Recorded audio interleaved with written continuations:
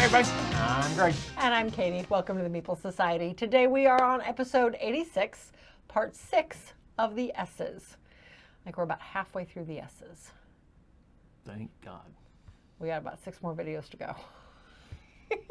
Anyway. And we're sorry. And yes.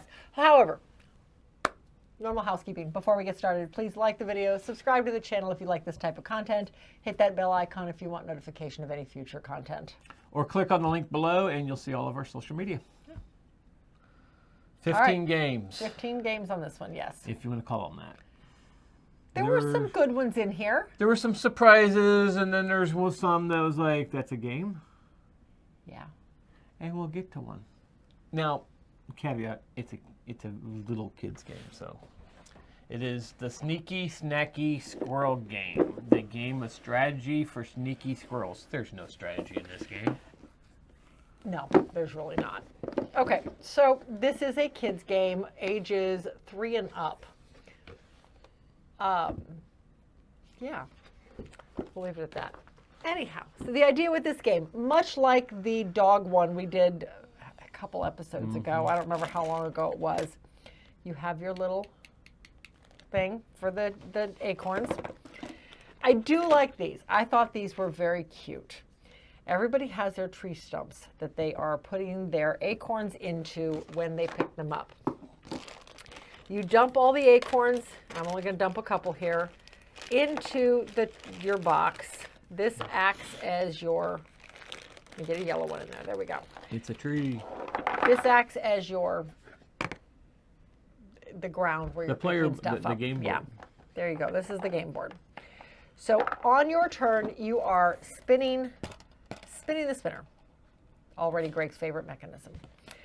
And you are picking up the acorn with the squirrel of the color that you chose. So I have to pick up a purple. So I would go down here, and I know you can't quite see the purple. I'm picking up the purple acorn. Maybe, there we go. I've got the purple acorn, and I put it into the purple spot. Come on, there we go.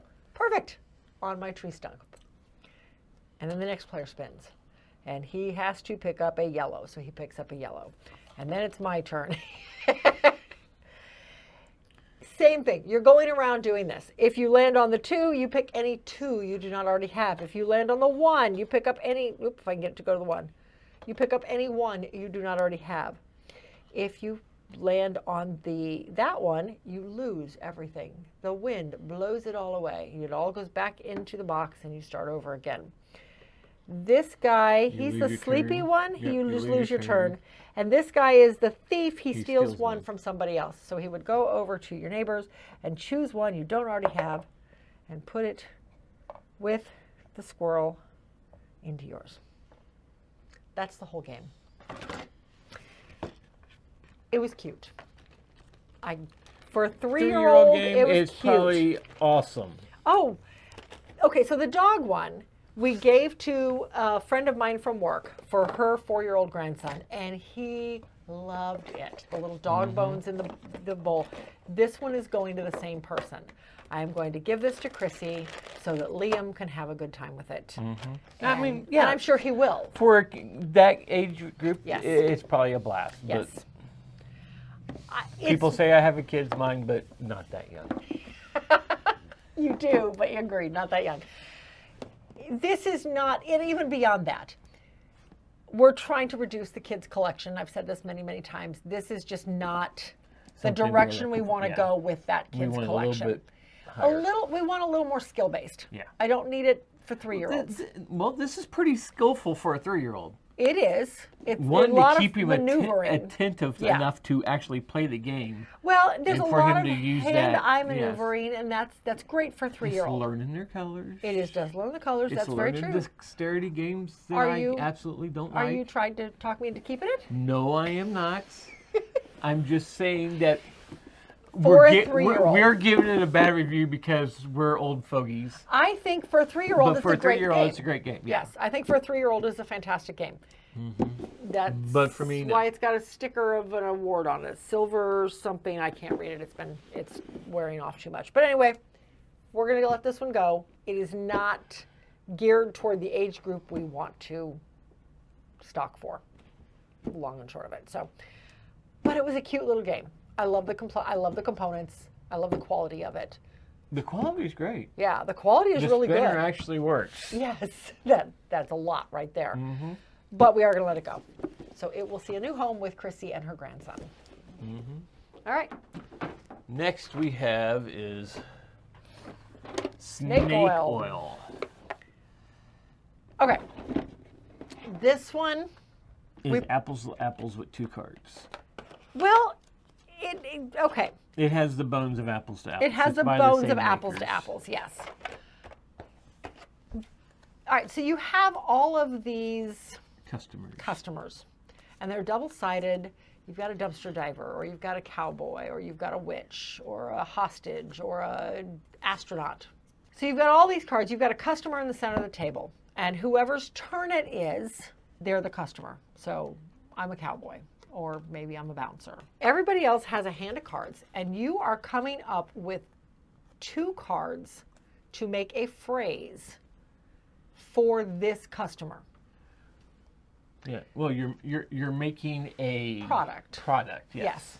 So, for instance, maybe I want, I don't know, alcohol brain for a bouncer. How about an alcohol brain? I don't know what, but you're coming up with one product out of 2 of your cards. Scream Club, that's even better. Here you go. Going to be a bouncer at a Scream Club. Now here's the key. You have to sell somebody on it. You actually have to advertise this product and sell somebody on this product. We played it with Justin and Jackie. None of us were really into the theme. What'd you find? Uh-oh. Some pocket vomit. That's just gross. I will admit we laughed at some of this. Yeah. None of us were really into the theme, and quite frankly, it was so much like Apples to Apples. Only at least Apples to Apples, you don't know. You can't play favorites. It was very easy to play favorites on this one. We found ourselves going, well, if I vote for Justin's, he wins the game automatically, so I'm going to vote for somebody else instead. And that was the problem with this one I saw. I could see in the right group this being a fun game. We have Lightning Umbrella. That just sounds counterintuitive, personally, but okay. We're going to let this one go. I like, as you said, I feel like it's very close to Apples, and how many of those types of party games do we really need? So yeah, that was the long and short of that one. There you go. The best party game in the world. I could see it having some laughs with the right people. I could see it being funny. I don't think we were the target audience.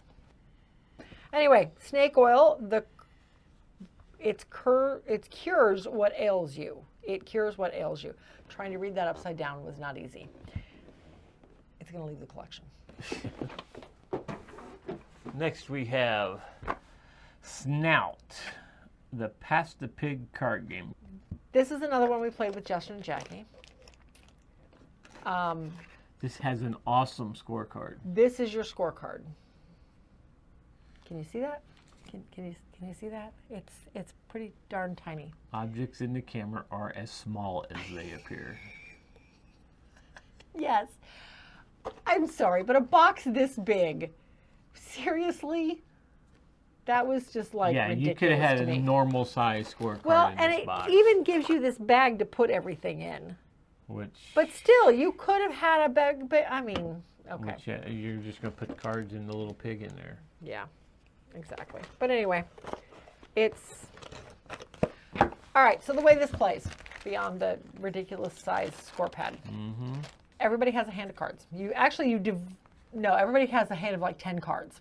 Something like that. Something like that. You got some cards in your hand. Yes. So you have a hand of, just give me 10 cards. That's a card. I don't know if that's 10. It's whatever. I just counted some. So you look through your cards, and you immediately choose 3 of your cards, and you pass those cards to the left. The idea is that you're wanting your cards to match what is rolled with the pig. The pig has several different options. He could stand up.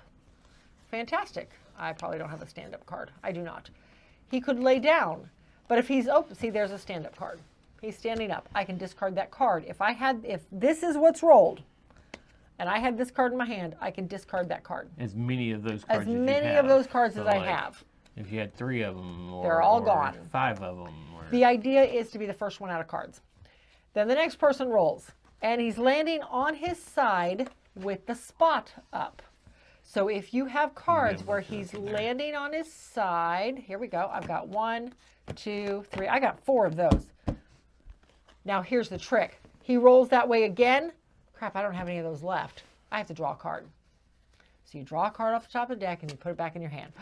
Now I got one of them laying upside down. Well, I got more of those, so that could work. Oh, you could have gotten that card. I could have gotten the same card right back. Which you could have. Which I could have immediately discarded because that's where he's still at. The idea, like I said, is to get rid of all the cards in your hand. The first player to get rid of all the cards in your hands scores points equal to all the cards in everybody else's hands. But here's the trick.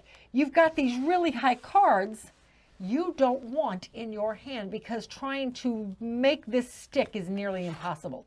So you want to stick it in somebody else's hand if you can. And hope the other player to your right doesn't stick it in yours.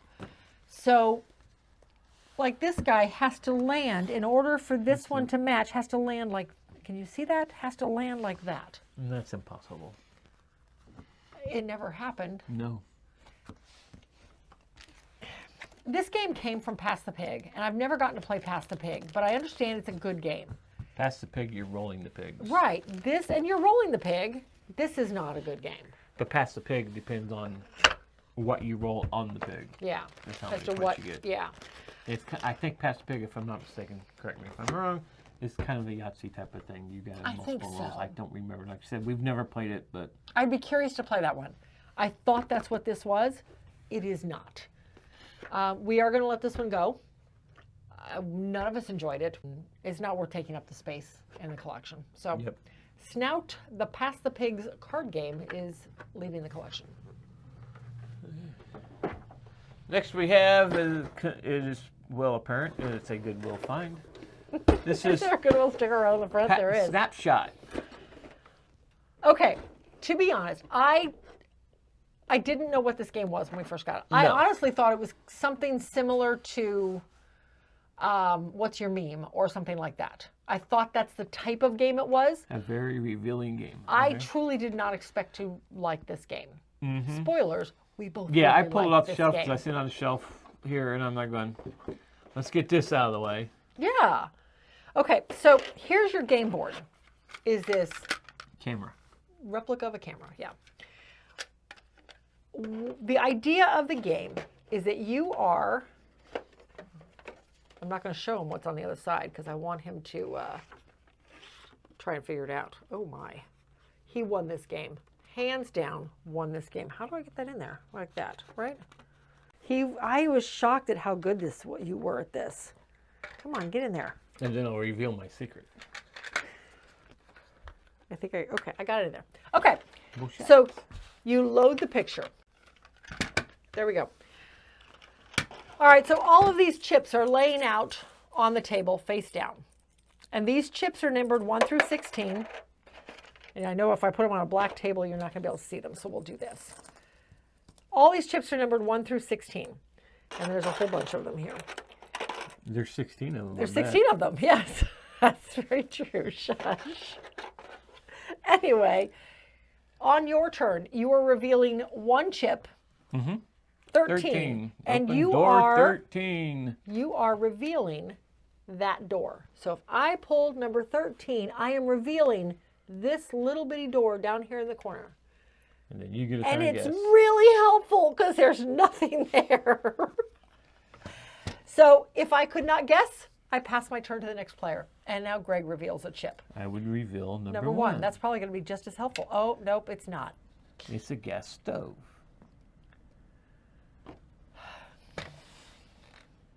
That's all he has. You see that?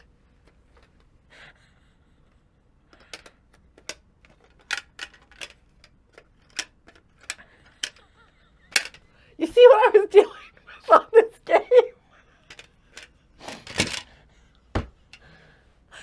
To be honest, my we had that goodness. one in the game. Did we really? Yes, as soon as don't- I I seen that didn't part, I was like, think it's the I gas didn't think stove. we did. I didn't She think picked we one did. we already used. Ugh.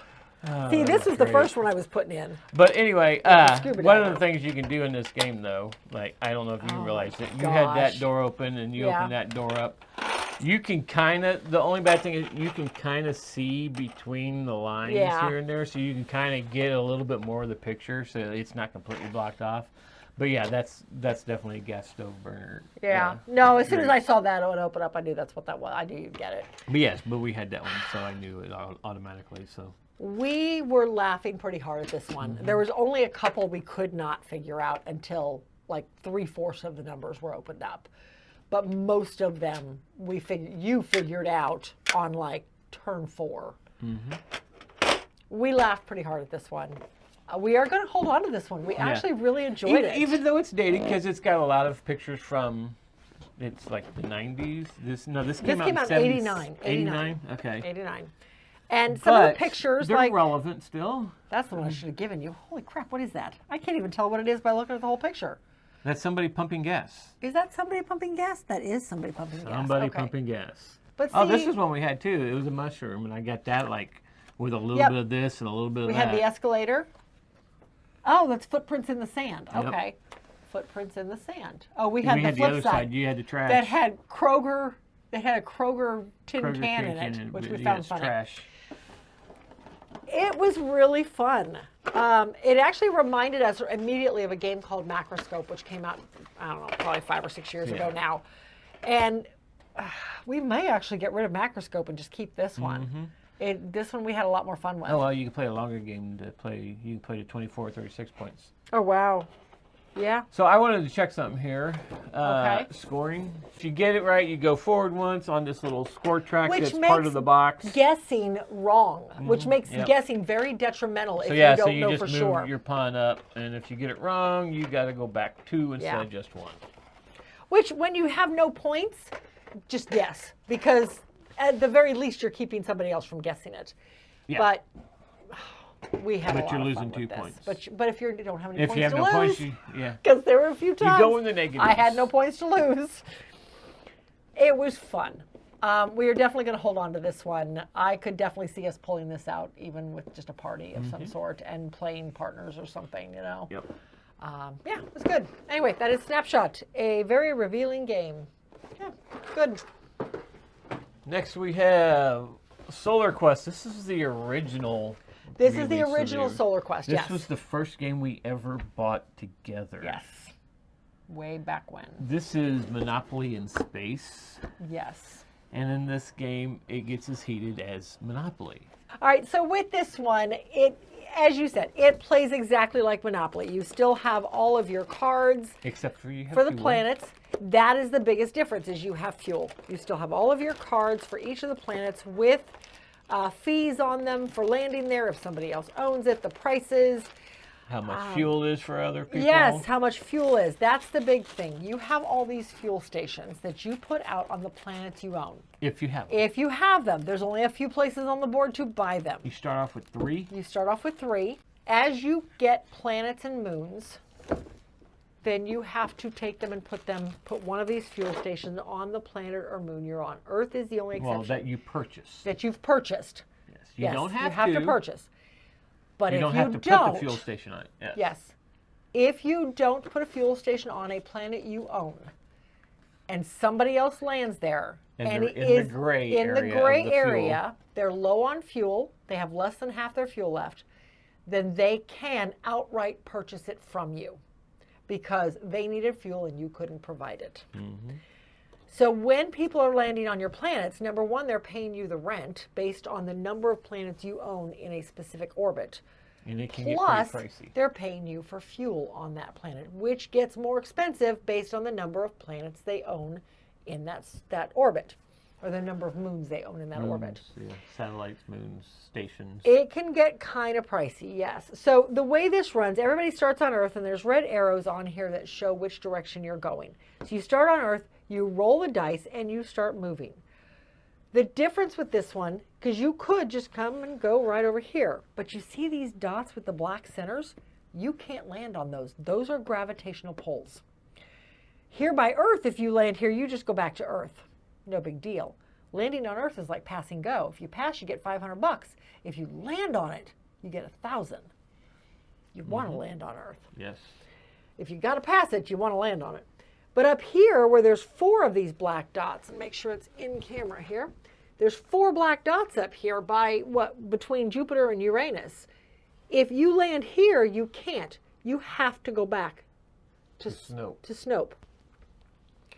So when you get to Ganymede, you can make a choice.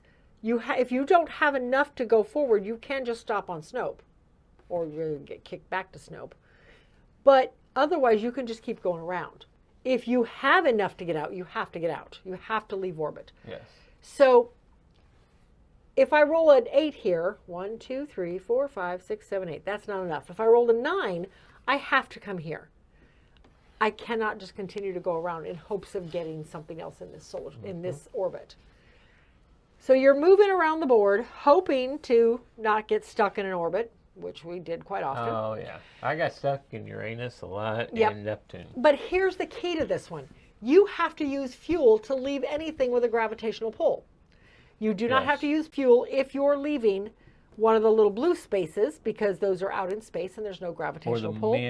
Or the man-made orbiting items. Like the research labs, the space stations. Or the space docks. Or the space docks. So if you land any of those, you can leave with no fuel. It's no big deal. But if you land on a moon or on a planet, you have to use fuel to get off. To use fuel, you literally use the amount of fuel as your die roll. So if you roll a 6, you're using 6 fuel to get off. Yeah. And you only have 25 Yes. At a full tank. Yes. If you're on one of your own planets, you can fill it for free. Yep. Totally top it off. But on anybody else's planet, if you need fuel, you've got to pay them for it. Anywhere from 5 to 25 per unit of fuel. Yes. It can get very costly very fast. I like that mechanism, that having to keep track of that extra piece, but at the same time, it is Monopoly. It is 100% Monopoly in space. It's a space theme for people who like space themes and like Monopoly. Yes. I feel like we're going to hold on to it. We've had it forever. Had it for a very long time. We've played it a lot. It might have that nostalgia keep thing. Yeah, it probably does. So we're going to hold on to it. I don't know for how long, but for now it's going to stay in the collection. Again, probably for nostalgia factor. Yep. But yeah, Solarquest, the space age real estate game for 2 to 6 players. All right. We're going to stay in space. Might as well. And we have Smugglers of the Galaxy. I thought I dusted this off. No. I did not dust this off. Wow. This has been in our collection for a long time. It was in our collection for a while. 2013. Got moved to the other collection. And sat. We've played it since 2013 when we bought it. This is only the second play of it. Yeah. And to be honest, we would never have pulled it off if not. Okay. So when I first opened this is what I found. I literally pulled all this stuff out and I said, where the heck's the board? It took me a full minute to realize that the board is in the box.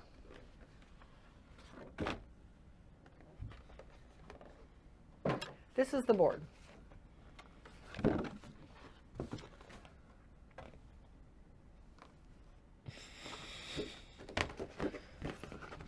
There's the board. Very thin cardboard. Okay, so that aside, I feel like it's an interesting game. It is, kind of. The components leave a lot to be desired. Could it be fixed by attaching this to a board? Maybe. However, all right, so everybody has their sheet. You've got all your paper money, lots and lots of paper money. Weird denominations, no 10s, no 50s. Right. So the goal with the game, and the goal is always the same in every game, is to get enough money to buy specific weapons down here at Bricks and get them to Horath for whatever civil war they're having.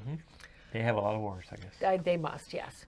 So during this game, you've got a number of planet cards laid out down here on the bottom of the board, 7 of them.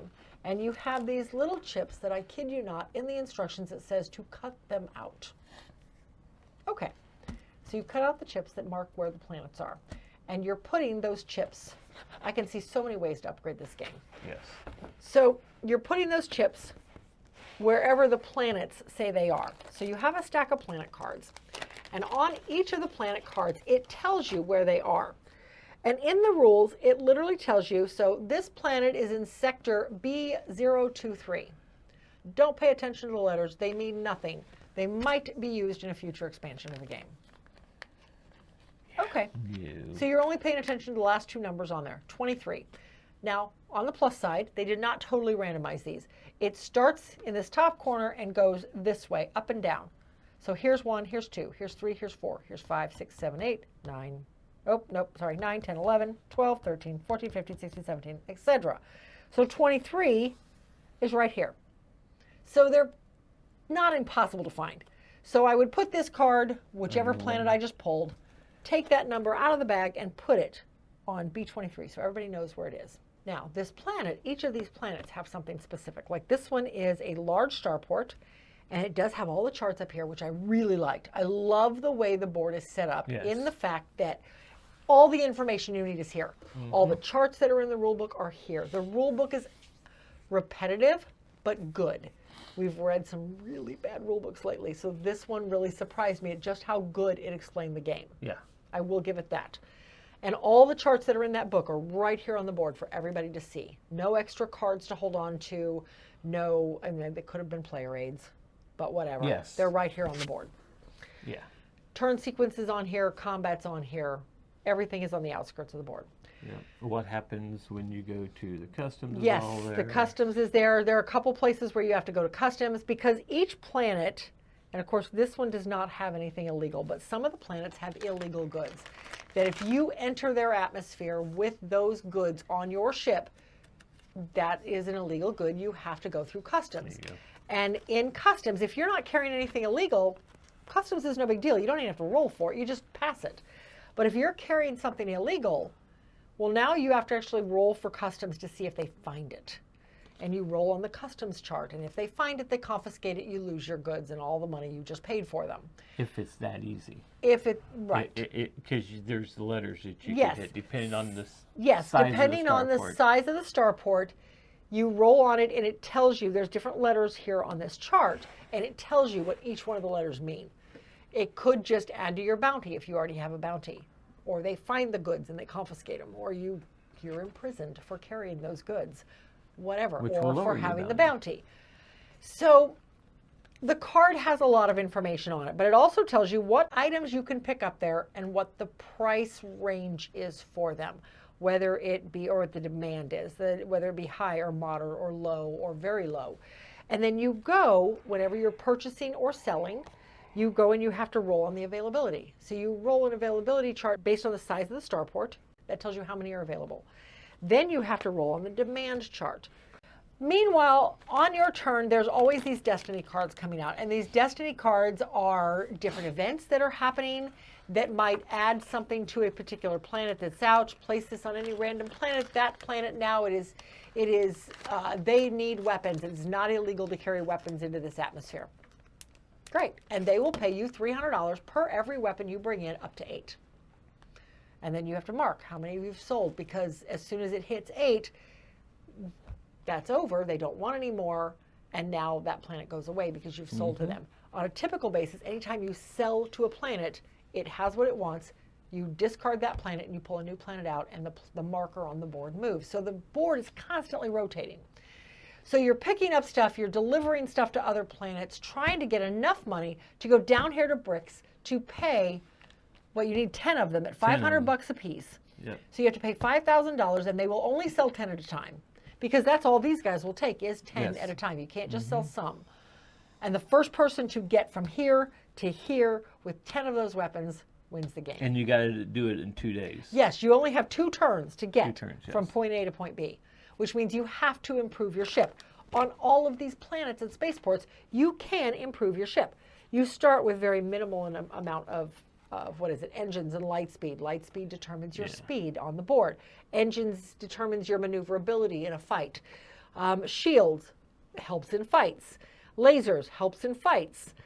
Cargo pods, how much can you carry? Can you even carry 10 weapons? Mm-hmm. You got to get this cargo pod up to 10 or you have no shot at winning the game. And then your hull. Your hull, there's no way to improve, but there are ways to patch it if it goes bad. Yes. And then you've got all the different types of stuff you can carry, from the bricks weapons to all the stuff that's available on all the planets. And then if you have a bounty on your head, your bounty amount. And that matters on some of these Destiny cards because bounty hunters come up. And if you have a bounty of a certain dollar amount, they will come after you. Yep. But if your bounty is only 800 and it says they're only going to look for people with 1,000 or more, then they're going to leave you alone. Yep. You had a bounty. I did not. Yeah. Well, I did the bounty because I wanted to see how the bounty was. You did not like This it. is not a game to play if you have a bounty. No. It is really hard to play because it's brutal. Because with the whole customs thing, you had to go through customs in every single planet you came into. And hope they did not catch your bounty. And there was plenty of them I came into, and I would get caught, and they'd take everything, and I was due a big payday if I would have made it through customs. I liked what it did. This is so simple and easy to use. It really was good. Now, nowadays, it would definitely be dry erase, which I don't have any problem with that. If I did dry erase, though, I would blow it up, so I'm not writing so small. Right. But this is what killed me. Is the split board. I think if it was if it had been upgraded with a lot of different components and actually a board, an actual board, may have been a little bit better. Yeah, an actual board, maybe discs with numbers on them instead of these literally cut out slips of paper. I felt the characters were good. The character cards were detailed. Had their they were nice. Own separate powers. They did. They all had asymmetric powers. The Destiny cards were very detailed and I think very well done. Very even the random. Planets. Even the planets were good. But paper money. I feel like there's a lot of ways to upgrade this game that would make it a lot better. I love the gameplay itself was not bad. No, it wasn't. I do like what it's trying to do, but it definitely needs to be upgraded, and good luck trying to find this game. Yeah, well, that being said, we're going to let it go. We've had it for over 10 years. We've played it twice.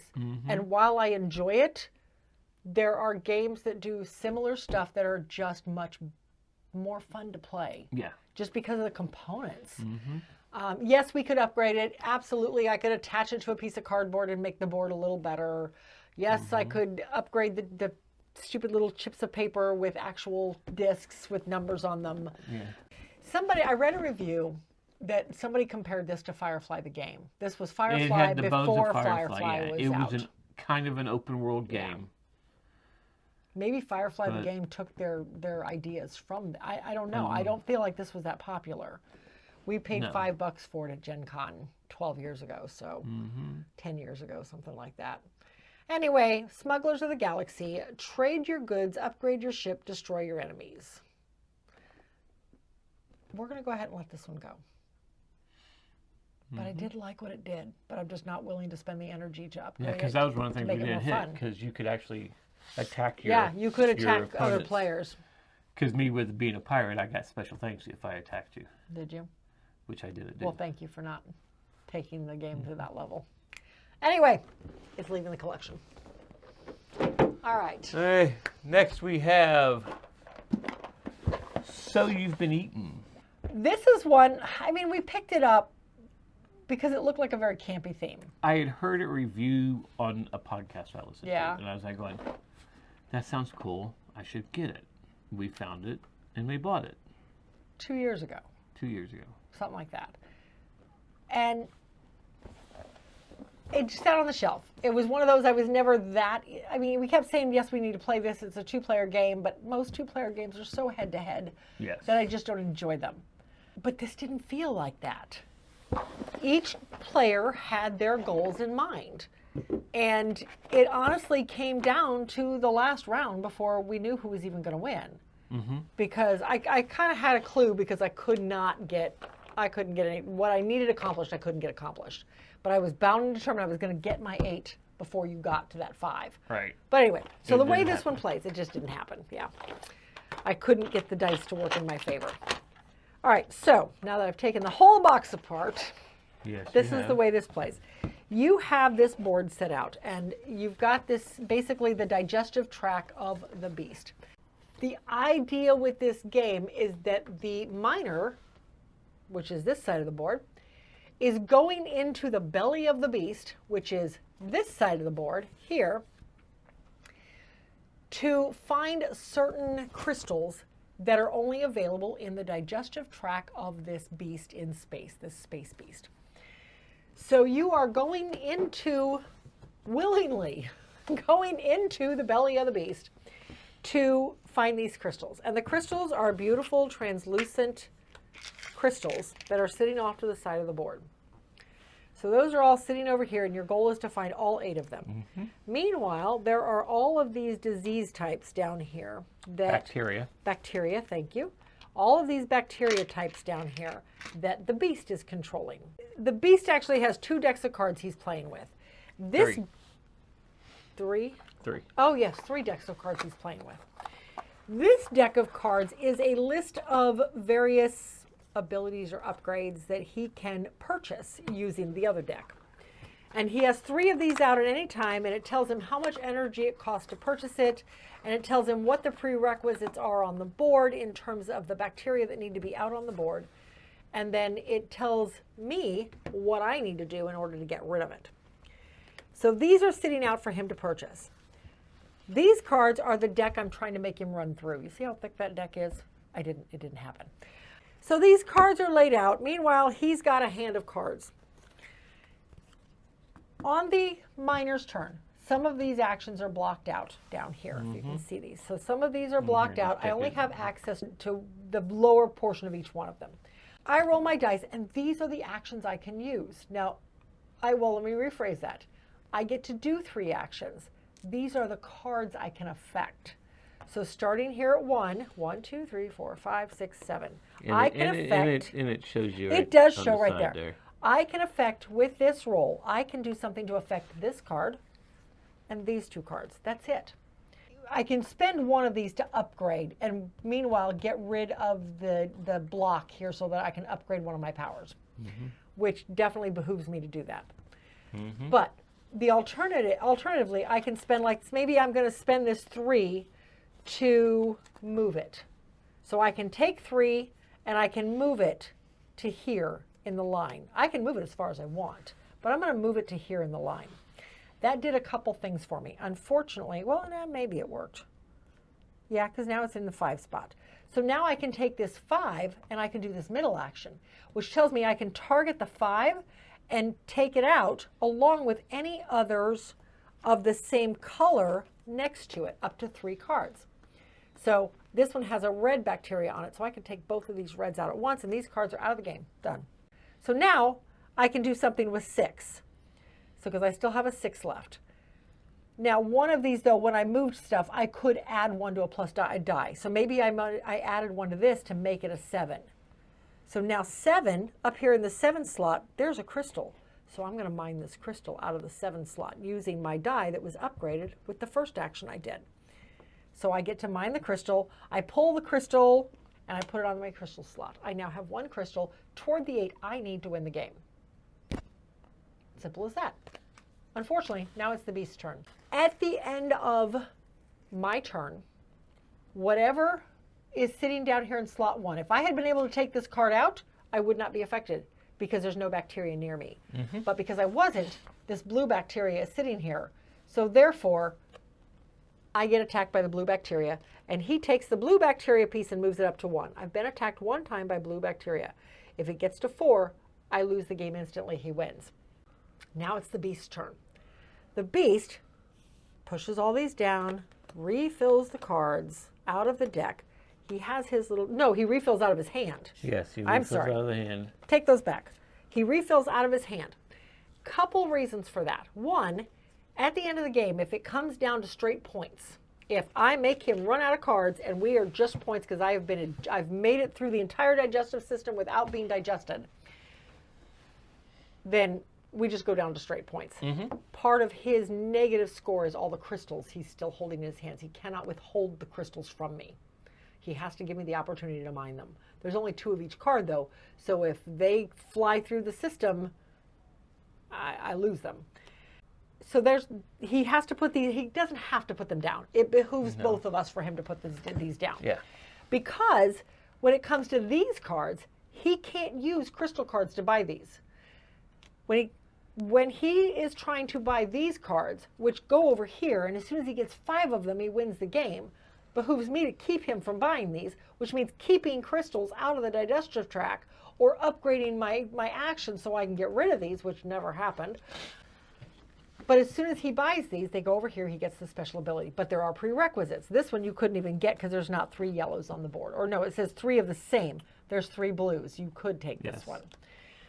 In order to buy these, he needs power from the crystals. There are 3 crystals already here in the track. But say there were only 2. And maybe these were the other 2 cards that were down. These are our weapons or tools. There's only 1 crystal in here. There's 2 crystals. He needs to discard a card. He cannot discard a card with a crystal on it because, again, he has to give me that opportunity to mine it. So he can discard any other card out of his hand, and it gets discarded out of the game to make his 3 energy so that he can buy this card and now have this ability. So now he has to refill his hand, hence going through the deck. There is this deck. On his turn, at the end of his turn, he would choose a card here and then put it down here. At the end of my next turn, I do my turn as normal. Mind you, he has to discard these cards after use. He only gets to use each one of them 1 time. He chooses a card. I do my next turn. Somehow this blue is still here. I was never able to get rid of it. That blue attacks you. But if he chooses a blue, which there's 3 blues there, so yeah, it would behoove him to choose blue. Unless I rolled a 1, 2, or 3 and could do that power and take them all out. Right. But I didn't. So he attacked, he says I was going to be attacked with blue. I was attacked with blue. Not only does blue move up 1 more mark, but now I have to get rid of one of my upgrades. I have to cover one of my upgrades back up. And if I can't, luckily this never happened. I always made sure I had an upgrade available to me. If I can't, I lose one of my crystals and it goes back in the bin. There's only 2 crystal cards per crystal. So if both crystals have already made it through the track, there's no way I can win that way. My only way of winning is getting rid of these cards. It was a lot of fun. Yeah. I really enjoyed the puzzle of this one. How do I get those cards lined up? See, I had 3 blues in a row lined up here. If I could roll a 2, I can take out all of them in 1 shot. And then I don't get attacked that round. I really enjoyed this game. Did not expect to enjoy it this much. This was a surprise because it being like that is one of the reasons why it sat on our shelf for so long. It is. Because we were afraid, I've heard good things about it, but we don't really like head-to-head. Yep. Yeah. Yeah, I was afraid we were going to just hate each other at the end of the game. But we didn't. It played good. so smooth, and it didn't feel like you were really going head-to-head in this game. It didn't. You were trying to solve a puzzle on your side of the board. That is So You've Been Eaten. I feel like I went into that one a lot, but it was just such a fun game. And So You've Been Eaten. It's going to stick around. I see this one getting a lot more play. We might even do a video of this one. Yeah, it even has a little mini expansion in there. It does, which we have not checked out yet. I want to check that one out. But yeah, So You've Been Eaten. Fun. All right, next. So next we got So Clover. I love this game. Spoilers. This is a cooperative party game, and we almost didn't buy it because... When it first came out, we weren't really into party games. No, we were not. But since then, we have learned that there are some party games that they have their place. They have their place in our collection, and we have started collecting some of those, and this is one of them. So the idea with this one, everybody has their Clover, and everybody gets 4 cards that they can arrange any way they want onto their Clover. And you're going to rearrange them multiple times before you're done, let me tell you. You arrange them on your Clover, and the idea is that however you arrange them, you have to come up with a word that matches, that will bring these 2 words together, or that is associated with both of those words individually. So, and this probably is not going to work very well. No, I'm looking at this like, huh? Yeah. Here we go. Deep and beach. You might say ocean.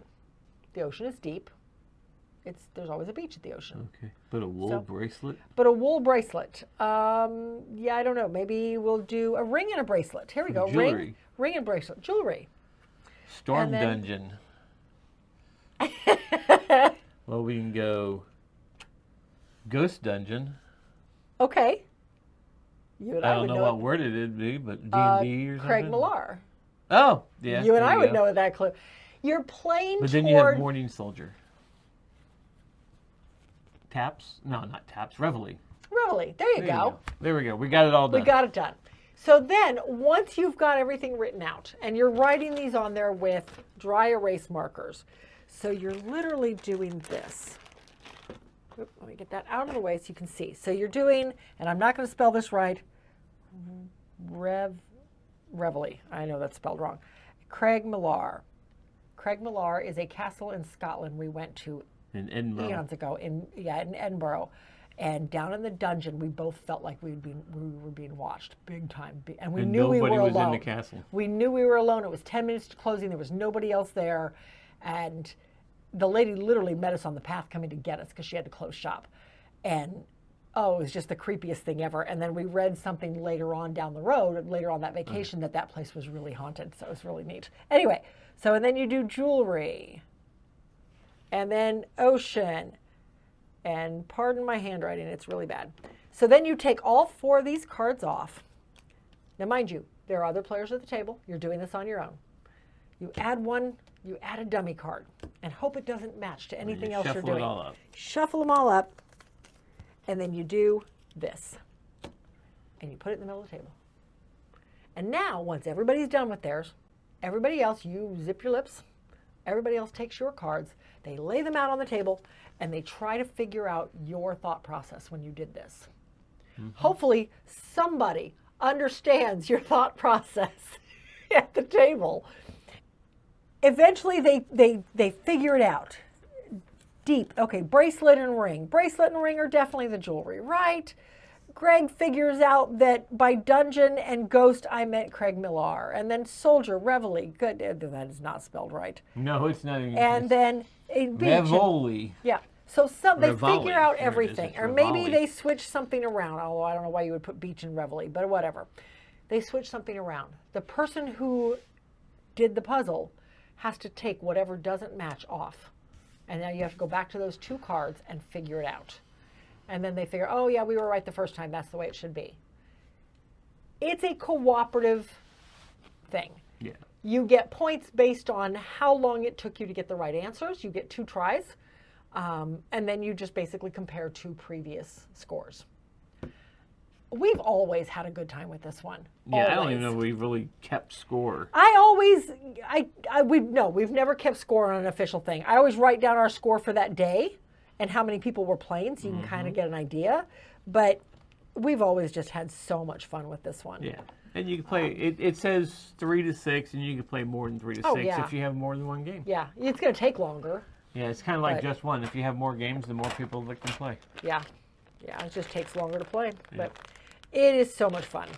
This one is going to stick around. I would love one of these for the other collection. This is in our collection, but I have no problem sharing this one if we take it someplace.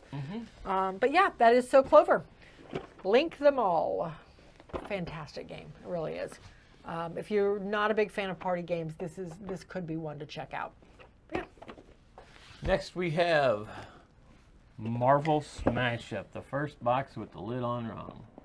Sorry. Because you put it away. Probably should have been with the Marvels, but it's Smash Up Marvel, so it's with Smash Ups. Or with, well, it's the only Smash Up we have. It's with the S's. This plays identical like every other to Smash every Up. Smash Up game. We had Smash Up a very long time ago. I did not enjoy the game at all. You were okay on it. Our son loved it. Did you like it? You just did not like it. Well, we ended up giving it to Justin and Jackie because they really liked it, so we just gave them all of ours. So the idea with Smash Up, you have a number of locations. You put out locations equal to the number of players plus 1. So you have all these locations out. The idea is you're trying to break them. So with Smash Up, you are taking 2 decks. I'm not going to fully mix them together because I don't want to have to spend time sorting them back out. But you're taking 2 decks, you're shuffling them together. So you have 1 deck. You can play 2 cards on your turn unless you have something that says otherwise. So some cards will allow you to play more cards. You have action cards and you have character cards. On your turn, you can play 1 character card and you can play 1 action card. Character cards get played to the base somewhere. So this one here, like Baron Zemo, is a character card worth 5 power. I can play it on any one of these bases I choose to, and that puts 5 power toward the 22 this one takes in order to break. Once there are a total of 22 power by all players, not just 1 player, but if you've got 3 players or 4 players going, all players play on a different side with the cards facing them, and you add up the power. Now, some of these have ongoing benefits. Like this one says, after this base scores, gain 1 victory point and place this character at the bottom of the owner's deck. Oh, that's not too bad. So you get it back. So you get him back. And a victory point out of it, even though you may not have scored off the base. Mm-hmm. When the base breaks, whoever has the most power toward the breaking of it gets 4 points. In this case, they're all different. This one, the second most gets 2, the person in third gets 1, and if you have a 4th player, the 4th player gets nothing, unless the base says otherwise. Each base has a special ability on top of it. On your turn, if you have a character here, you may play an extra action. In this case, you get to play a 3rd card if you want to. So if I have Baron Zemo here, great, I have an extra one. I can play 2 action cards if I want to. Well, I have 3 action cards in my hand. Destroy a character of 3 or less. Well, nobody else has characters out right now. This wouldn't do me any good. Destroy another player's character of less power. That doesn't do me any good. None of these do me any good. But you get the idea. You would play a card that would actually benefit you. Some of them will give a character that's out more powers. Some of them, and all of the decks are different. That's the neat thing. All of the decks are different. You literally take 2 of the 8, mix them together, and that is who you're playing. Base modifier, ongoing. Your characters here cannot be destroyed by other players' cards. Well, that's nice. Yeah, and that would go on the base. And it goes on the base. So nobody could destroy this card, basically. Or it could destroy any character I have placed here if I had that base modifier. You had base modifiers that let you draw extra cards if you did something. Yes. And some of these say if you have a base modifier on here, draw a card on your turn. You get to draw an extra card. I had one of those. I did too. I really enjoyed this version. Maybe it's because I won. I did not care for the original Smash Up. The pieces didn't mix well for me. Well, because you are not into campy. No. Period. No. Campy movies, you just absolutely do not watch. No. True.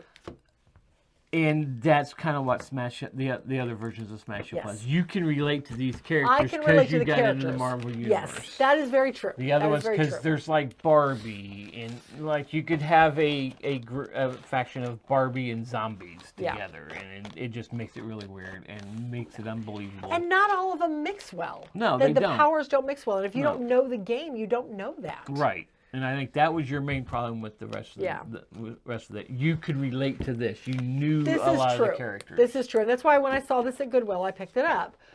Because I could relate to these characters. I knew the characters, and Marvel is fun for me. But I enjoyed this version of it very much. We're going to hold on to this one. One, Smash Up is a very popular game. Marvel is a very popular IP. It just makes sense to hold on to this one. And I didn't mind playing this one. So... yeah, but anyway, that is Smash Up Marvel. It's going to stick around. This is in the travel collection, by the way. And normally it gives you all these, neat, oh my gosh, what are they called? Dividers? Thank you. I want to say bookmarks. I'm like, that's not right. It gives you all these neat dividers, but they don't fit in the box. And they don't fit this way either. So what? They're made for the big box. They're made for the big box. And there is a big box of Smash Up, I imagine. And they even have a bigger box. Yeah, bigger, geekier box or something like that. An even bigger, geekier So box. if we ever decided to get rid of this, I'd probably hand it to Justin. If he doesn't already have it. If he doesn't already have it. Because he has a lot of the expansions. He does. But we're going to hold on to it for now. Anyway, all right, next. Okay, this is a portion of the show we'd like to say sorry. 6 times. Yes. First off is Sorry Revenge. Okay. This one was kind of a surprise to me. I actually enjoyed this way more than I thought I would. This one was kind of interesting. This one took Sorry and turned it into a game of 21. Are you trying to remember how to play? I'm trying to remember because we've played so many games as we've played We have. Okay, so each player has their 4 pawns, just like you would in a normal game of Sorry. Mm-hmm. And you lay them out in front of you, not filled in the start location. And then each player has a hand of cards, and if I remember correctly, you're drawing back up as you go. So. I don't remember. I will check. Okay. So you start with 5 cards in your hand. The idea is to get the center pile to 21. Not over, to 21. So I'm going to play 10. Then my opponent would play, well, he would not play that card right away. Take 2 cards and add them to your hand. So you take 2 cards from a player and add them to your hand. So he would play that on top of the 10. You have to remember what the total is here. He would take the 2 cards of mine. Yeah, because you don't fan it out. Yep, he takes 2 cards of mine and add them to his hand. Well, great. Well, on my next turn, I do get to draw back up at least. Or maybe you just draw from the pile. I don't remember. But anyway, you can never have more than 7 in your hand. So then on my turn, I'm going to play a 5. Well, I know there was a 10 down there, so now this pile's at 15. His goal is to get it to 21. If he can, then I draw back up. You got a 6? I don't think I gave you a 6. No. There are ways to take the cards, take the pile to a specific number or back to a number. Or take it to 15. Slide to 15. We're already on 15, so he went nowhere. But he got a card out of his hand. Well, I don't have a 6, so I'm going to play a 2. Now we're at 17. And you have to say the total so everybody knows where you're at. We're at 17 now.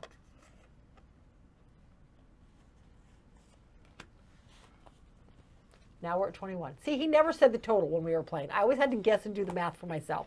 He never said the total. Part. But if I still had this card in my hand, I could go, oh, sorry. You got to 21. You don't get to flip your card. I get to flip mine instead. And that's how she's mean to me. I did win this one, if I remember correctly. No, you won this one. Yes, I won it. It was an interesting take on Sorry. I believe I won all of them but Shakin. I think you won Shakin. But I believe I won the other, you might be other right. ones. You probably did. And we'll get to Shakin in just a second. Yeah, just a moment. So she puts Anyway, this one up. so this was a surprise to me. It was a cute little card game that reflected the Sorry theme without being over. Kind of. Yeah, I mean. It had the look. It had the look. Okay, fine. We're going to hold on to this one and just throw it into the card case. Doesn't take up any space. We'll see what happens, but I thought it was a cute little game. But anyway, Sorry Revenge. Next we have Shakin. It's basically Sorry, the roll and grab dice game. This is a game that never should have been made into a roll and write, roll and whatever. It's a dice game. Everybody has their board. And everybody has 4 colored dice. And then there's the 1 blue die. So on your turn, you are rolling all 4 dice. Setting the blue dice aside for a minute. Anything that rolls your color. In the blank, right? And the blank, you get to keep. If it rolls your color, you get to put it up here. If otherwise it goes into your start, you can re-roll it next turn. The other colors that are rolled, if those colors are rolled, the player whose color it is gets to grab that dice for their turn. In the event that the color's not being used, he gets those 2. They get to be rolled. So the only thing I keep is dice that landed blank or my color. That's it. So then he rolls all of them. And he gets to keep the 3 blanks, but all the rest come to me. Now, the Sorry dice, there's 4 blanks. There's a Sorry, which means, and I don't remember what the Sorry and that did. I think kept Sorry picking up. means you take a dice from the opponent's home section and put it in your start section. So if he had one up here, if he had rolled a blue, and I had rolled the sorry, I get to steal that and it goes down here in my start section. If I had rolled the slide and I had a die up here, I would simply take it out of my home section and pass it to my neighbor. If I didn't have one, but I had just rolled, maybe I had just rolled all of this where I had 2 reds and 2, I can't pick them up, 2 reds and 2 greens, well, I would get to keep one of those reds. He would get the other red as well as the 2 greens. And then pass the dice and now he goes. It was kind of a silly game. Yes. It was a very frustrating game. I Dice don't did think not we- stay up here very I don't long. think we even finished it because No, we we could did. not We get did. the end of it there. We did. It ended up being 4-3. Somehow I managed to roll like 3 reds in one turn. That's the only reason it ended. We're going to let this one go. It was just not something we enjoyed. It's way too big for what it is. Okay. Next we have what should have first started off with an upside down box lid. Should have been the first one we did. I hope if you're watching this video, you already know how to play the base game of Sorry. We're sorry. Yes. So, base board. Everybody starts and start. You get out on a certain dice roll. It's like it's 1 or a 2 or something like that. You get to leave the dice and then you move around. Or no, I'm sorry. This one doesn't even have dice. This one is cards. You use a card to get out. And if you pick up a 1 or 2, and all the cards have special powers on them, you get to do certain things. Yep. If you can do this or that if you have a certain card number. And the goal is to get all 4 of your people back to home on an exact card pull. That's the whole game. Sorry comes into effect because there are sorry cards that allow you to take somebody out of your start place and switch places with somebody else as long as they're not in their home row. We're going to hold on. Well, actually, before I go any further, we'll talk about all of those at once. But this is the base game of Sorry. Disney plays Exactly the same. exactly the same. The only difference in this one is instead of the normal Sorry pawns, you have cutout figures that don't stay in their holders. No. All of the cards do the exact same thing. They just have artwork on them instead. The board, I will give it, the board is prettier. Yes. The board, I love the colors on the board. It's very, very colorful. But it's the exact same game. Okay, that's Sorry Disney. No one need to go into much more explanation than that. Then we have Sorry Spin. All right, so these ones, I'm going to set these over here for just a moment. This one here, that's your rules. Very simple. This is your base. I really liked what this one did. And these all hook in specific order, and I'm probably not going to get the right order. Well, actually, I probably will get the right order here. So say you hook in all 4 of them, regardless of, oops, that did not work. Regardless of how many people are playing, you hook in all 4 of them. Because throughout the game, this is turning. You're going to have cards that say to spin. And everything spins. Now, your home base entrance is always in the same place, but the wheel around it is spinning. So you may think you're almost there, and then you get spun clear over to here. Everybody starts on their home spot. Same basic concept. You're playing cards out. If you pull a certain number, you can come out of home, and then your goal is to get around to your base. When you're turning these, there's always a base in front of yours, a spin symbol. When you land on a spin symbol, no matter whose spin symbol it is, you have to rotate the whole board. Oh, it goes that way. You rotate the whole board around. You can enter from anybody's spin symbol into your own home base. Yep. But then again, your goal is to get from here all the way around the board to a spin symbol in front of your home base and and into your thing with all 4 of your characters. The trick is that when you've got guys out here, you may be right here and somebody spins it and now you're here and you got to go all the way back around the board. There are cards that let you go backwards. Yes. I think I use those more than I have ever used. Yeah. There's cards that let you Backwards swap. card. There are cards that let you swap. This one was actually a lot of fun. It definitely put a different, pardon the pun, a twist on it. A spin? A different spin on it. Yes, there you go. I really like this one. All right, so let me take it back apart. All right. Next, I'll leave that one there. Then we have Sorry Sliders. This was the one that felt least like Sorry. Yes, it did. So the idea with this one, and I have a video of this, I hope it turned out, I have not actually watched it. You have your bases. There's 4 different games. Yeah, there's 4 different games here, really. Yes. I think we played on that one. I don't remember. Yes. But you hook up the ones that you're using, you hook them up to the edge of the board, and then you've got 2 different sets of pawns. Everybody also has their little home base like this, their score track. This is a score track. And you have 2 sets of pawns. You have the pawns on rollers, and you have just your scoring pawns. All 4 of your scoring pawns start down here on start.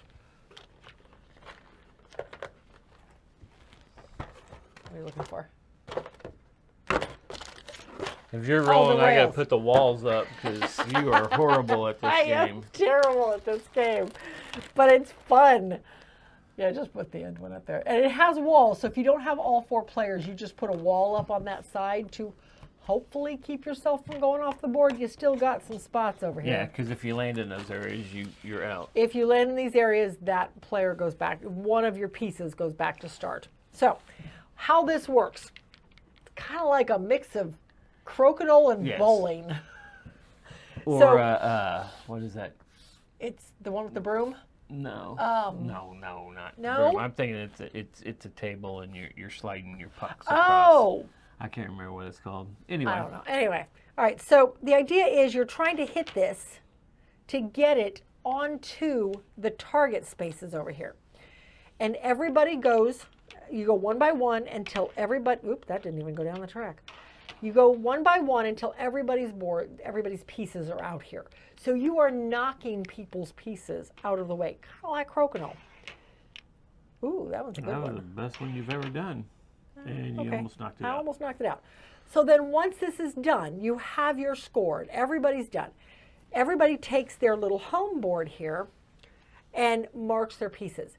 Each one of these represents the movement of one piece. So I can move one of them 1 space for this guy. So I can move 1, 1. This guy is in the 2, but does it go higher or lower? It's the higher It's one. the higher one. So I get to move this guy 2. Unfortunately, I can't just move them all. This guy gets to move 4. Ooh, 1, 2, 3, 4. And this guy gets to move 3. So at the end of the first round, this is what my board looks like. And then we go again. And you keep going until one player has That's all everybody 4 at in home. I loved this game.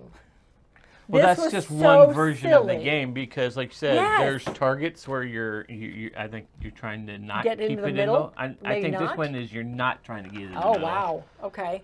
And then there is one. I don't remember all the games in it. I don't know, but yeah, it was we only fun. played this one, Yeah. but it shows you all the different games Oh, wow. in the rules. So Yeah, I would be curious to try some of the others. We Yeah. were laughing at this one so hard. If you landed in the corners, you did get a sorry, and somebody had to go back to the beginning, so there was still that risk. I don't think we ever even had it happen. Mm-hmm. Okay, so final decision space. I fully expected 3 of the 4 to be leaving. and it may be only one. Take a guess which ones are leaving and which ones are staying. This one's leaving the collection. It is too much like the base game. Yeah. There's no reason to hold on to both, and we feel like we need to just hang on to the base. Yeah. With the group we're looking to do, I mean, and the parents are bringing their kids, Yeah. they're going to say, hey, I played this when I was a kid. Yeah. Oh, my. Anyway, the parents are talking about, I played this when a kid. I can teach you how to play Yeah. it. Now they'll get into it. It's like going, wait. Why I hope they don't get into it like we thought. It's like going, wait, where's the bubble? 'Cause Okay, we that's mixed only it- you. We mixed it up No, with. you mixed it up what with was that game? Trouble. Trouble, yes. I thought I I was knew. thinking Sorry had the bubble, No, but Sorry that's did not Trouble, have a bubble. which is Sorry with just a bubble. It is. It really is. Okay, so these 3 are staying. we had way too much fun with these two. I think they're interesting takes on the game. We're going to hold on to them and see what happens. But we're going to hold on to these three. But yeah, and this one's leaving. And that's it for this episode. We're done. Sorry. Anyway, let us know. Did you play any of these as a kid? Do you remember them fondly? Are they the kind of games that you wish you'd never had to play as a kid? Should we hold on to them? Whatever. Have you been eaten? Have you been? Anyway. So, we have 50% of the S's left. We're halfway through the S's. We'll see you next year. Until then, we'll see you at the next one.